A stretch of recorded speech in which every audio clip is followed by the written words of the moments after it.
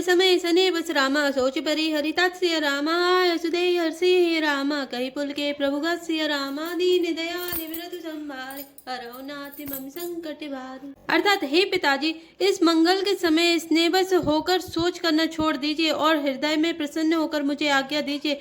यह कहते हुए प्रभु श्री रामचंद्र जी सर्वांग पुलकित हो गए। धन्य जन्म जगती तलतासु पितई प्रमोद चरित सुनि जासु चारि पदारथ कर तल तागे प्रिय पितु मातु प्राण समझा के।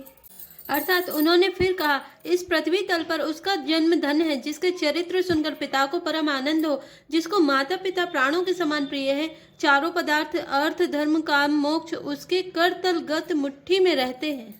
आय सुपाली जन्म फल पाए ए हूँ बेगी हो रजाई विदा मातु सन्यावहु मागी चली हूँ बनई बहुरी पग लागी। अर्थात आपकी आज्ञा पालन करके और जन्म का फल पाकर मैं जल्दी ही लौटाऊंगा, अतः कृपया आज्ञा दीजिए। माता से विदा मांग आता हूँ, फिर आपके पैर लगकर प्रणाम करके वन को चलूंगा। अस कही राम गमन तब कीना भूपि शोक बस उतरु न दीना नगर व्यापी गई बात सुतीछी छुअत चढ़ी जनु सब तन बीछी। अर्थात ऐसा कहकर तब श्री रामचंद्र जी वहां से चल दिए। राजा ने शोक बस कोई उत्तर नहीं दिया। वह बहुत ही तीखी अप्रिय बात नगर भर में इतनी जल्दी फैल गई मानो डंक मारते ही बिच्छू का विष सारे शरीर में चढ़ गया हो। सुनि भय बिकल सकल नर नारी बेली बिटप जिमि दे की दवारी जो जय सुने घुने सिर सोई बड़ भी साधु नहीं धीरज होई।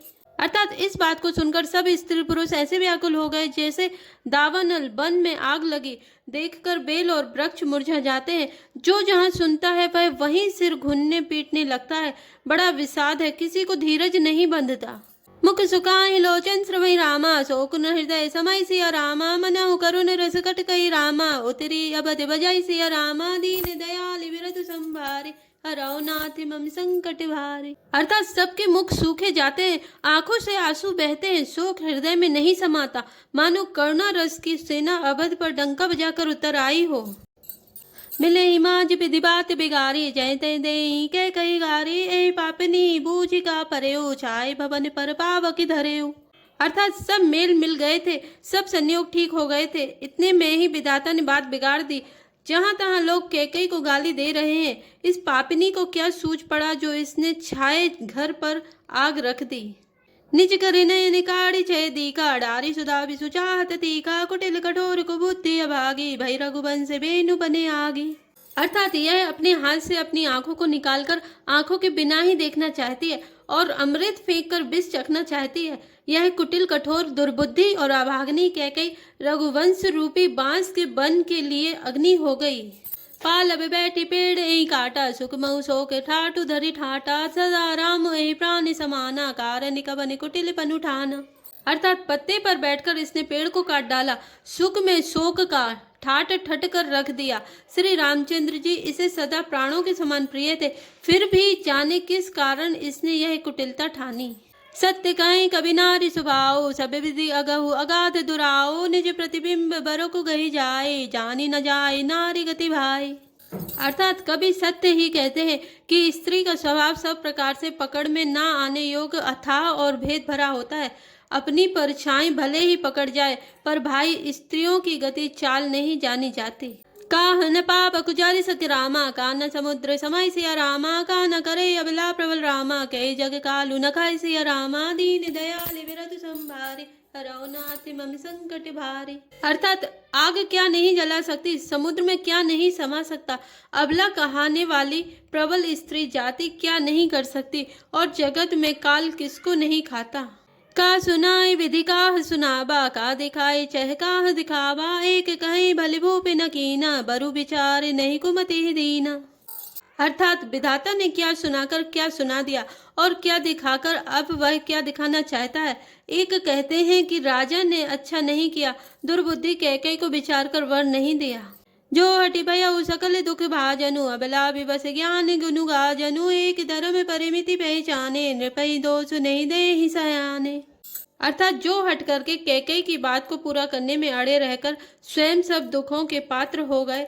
स्त्री के विशेष वश होने के कारण मानो उसका ज्ञान और गुण जाता रहा। एक दूसरे जो धर्म की मर्यादा को जानते हैं और सयाने हैं वे राजा को दोष नहीं देते।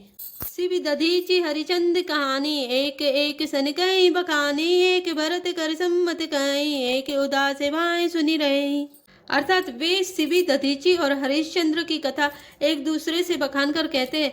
कोई एक इसमें भरत जी की सम्मति बताते हैं, कोई एक सुनकर उदासीन भाव से रह जाते हैं, कुछ बोलते नहीं। कान मूदी कर रद गए जिया, एक कहें यह बात अलिया, सुकृत जाई ऐस कहते तुम्हारे, राम भरत कहूँ प्राण प्रियारे। अर्थात कोई हाथों से कान मूद कर और जीभ को दांतों तले दबाकर कहते हैं कि यह बात झूठी है, ऐसी बात कहने से तुम्हारे पुण्य नष्ट हो जाएंगे। भरत जी को तो श्री रामचंद्र जी प्राणों के समान प्यारे हैं। चंदु चबई बरु अनल कन रामा, सुधा होई विष तुलसिया रामा, सपने कबहु न करई कछु रामा, भरत राम प्रतिकूल सिया रामा, दीन दयालु बिरधु संभारे, हरौ नाथ मम संकट भारे। अर्थात चंद्रमा चाहे शीतल किरणों की जगह आग की चिंगारियां बरसाने लगे और अमृत चाहे विष के समान हो जाए, परंतु भरत जी स्वप्न में भी कभी श्री रामचंद्र जी के विरुद्ध कुछ नहीं करेंगे। एक बिदातई दूसनी देई, सुधा दिखाई दीन विसुजई, खरे भरु नगर सोचु सब काऊ, दुसदाहुर मिटाऊ छाऊ। अर्थात कोई एक विदाता को दोष देते हैं जिसने अमृत दिखाकर विष दे दिया। नगर भर में खलबली मच गई, सब किसी को सोच हो गया, हृदय में दुस्सह जलन हो गई, आनंद उत्साह मिट गया। विप्रवधु कुलमान्य जठेरी, जय प्रिय परम के कई केरी, लगी देन सिक सीलु सराई, वचन बान समिला गई ताही। अर्थात ब्राह्मणों की स्त्रियां कुल की माननीय बड़ी बूढ़ी और जो कैकई की परम प्रिय थी, वे उसके सील की सराहना करके उसे सीख देने लगी, पर उसको उनके वचन वाण के समान लगते हैं। भरतु नमो ही प्रिय राम समाना, सदा कहूँ यह सब जगु जाना, करऊँ राम पर सहज स्नेहु, कहीं अपराध आज बनु देहु। अर्थात वे कहती हैं, तुम तो सदा कहा करती थी कि श्री रामचंद्र जी के समान मुझको भरत भी प्यारे नहीं है। इस बात को सारा जगत जानता है। श्री रामचंद्र जी पर तो तुम स्वाभाविक ही स्नेह करती रही हो, आज किस अपराध से उन्हें वन देती हो। कबहु न कियहु सब त्यारेसु, प्रीति प्रतीति जान सबु देसु, कौशल्या अब काह बिगारा, तुम जेहि लागी वज्रपुर पारा। अर्थात तुमने कभी स्वातिया डाह नहीं किया, सारा देश तुम्हारे प्रेम और विश्वास को जानता है। अब कौशल्या ने तुम्हारा कौन सा बिगाड़ कर दिया जिसके कारण तुमने सारे नगर पर वज्र गिरा दिया। सिए की पिय संग परि हरि रामा, लखुन की रही धाम सिया रामा, राजू की भूज अब भरतपुर रामा, रपु की जियई बिनु राम सिया रामा, दीन दयाल बिरधु संभारे, हरौ नाथ मम संकट भारे। अर्थात क्या सीता जी अपने पति श्री रामचंद्र जी का साथ छोड़ देंगी?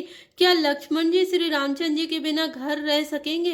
क्या भरत जी श्री रामचंद्र जी के बिना अयोध्यापुरी का राज्य भोग सकेंगे? और क्या राजा श्री रामचंद्र जी के बिना जीवित रह सकेंगे? अर्थात न सीता जी यहाँ रहेंगी, न लक्ष्मण जी रहेंगे, न भरत जी राज्य करेंगे और न राजा ही जीवित रहेंगे, सब उजाड़ हो जाएगा। हस विचार उर छाड़ो को, सो के कलंक कोटि जनि हो, भरत वसुदेव जुबराजू, कानन काह राम कर काजू। अर्थात हृदय में ऐसा विचार कर क्रोध छोड़ दो, शोक और कलंक की कोटि मत बनो। भरत को अवश्य युवराज पद दो, पर श्री रामचंद्र जी का वन में क्या काम है।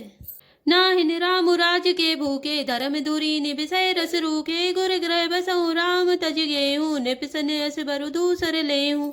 अर्थात श्री रामचंद्र जी राज्य के भूखे नहीं हैं, वे धर्म की धुरी को धारण करने वाले और विषय रस से रूखे हैं, अर्थात उनमें विषया शक्ति है ही नहीं। इसलिए तुम यह शंका ना करो कि श्री रामचंद्र जी बन न गए तो भरत के राज में विघ्न करेंगे। इतने पर भी मन न माने तो तुम राजा से दूसरा ऐसा यह वर ले लो कि श्री राम घर छोड़कर गुरु के घर रहें। जो नहीं लगी हूँ कहीं हमारे, नहीं लागे कछु हाथ तुम्हारे, जो परिहास कीन कछु होई, तो कहीं प्रकट जना बहु सोई। अर्थात जो तुम हमारे कहने पर ना चलोगी तो तुम्हारे हाथ कुछ भी ना लगेगा। यदि तुमने कुछ हंसी की हो तो उसे प्रकट में कहकर जना दो कि मैंने दिल लगी की है। राम सरिस सुत कानन जोगो, काह कहे सुन तुम कहु लोगो, उठाऊ बेगी सोई करऊ उपाय, जय विधि शोक कलंकु नसाय। अर्थात राम सरीखा पुत्र क्या वन के योग्य है, यह सुनकर लोग तुम्हें क्या कहेंगे। जल्दी उठो और वही उपाय करो जिस उपाय से इस शोक और कलंक का नाश हो। जही भांति शोक कलंक जाय उपाय करि कुल पालहि हटि फेर राम ही जाति बन जनि बात दूसरी चालहि जिमि भानु बिनु दिनु प्राण बिनु चनु चंद बिनु जिमि जामिनी तिमि अबद तुलसीदास प्रभु बिनु समझि दो जिय भामिनी। अर्थात जिस तरह नगर भर का शोक और तुम्हारा कलंक मिटे वही उपाय करके कुल की रक्षा कर, बन जाते हुए श्री रामचंद्र जी को हट करके लौटा ले, दूसरी कोई बात न चला। तुलसीदास जी कहते हैं जैसे सूर्य के बिना दिन, प्राण के बिना शरीर और चंद्रमा के बिना रात निर्जीव तथा शोभाहीन हो जाती है, वैसे ही श्री रामचंद्र जी के बिना अयोध्या हो जाएगी। हे भामिनी, तू अपने हृदय में इस बात को समझ विचार कर देख तो सही। सखिनि सिखा बनु दिन सिया रामा सुनते मधुर परिणाम हित रामा ते कचुकानि नकिन सिया रामा कुटिल प्रबोधि कुबेर रामा दीन दयालि विरधु संभारे हरौ नाथ मम संकट भारी। अर्थात इस प्रकार सखियों ने ऐसी सीख दी जो सुनने में मीठी और परिणाम में हितकारी थी, पर कुटिला कुबरी की सिखाई पढ़ाई हुई कैकई ने इस पर जरा भी कान नहीं दिया। जय श्री राम, जय जय हनुमान।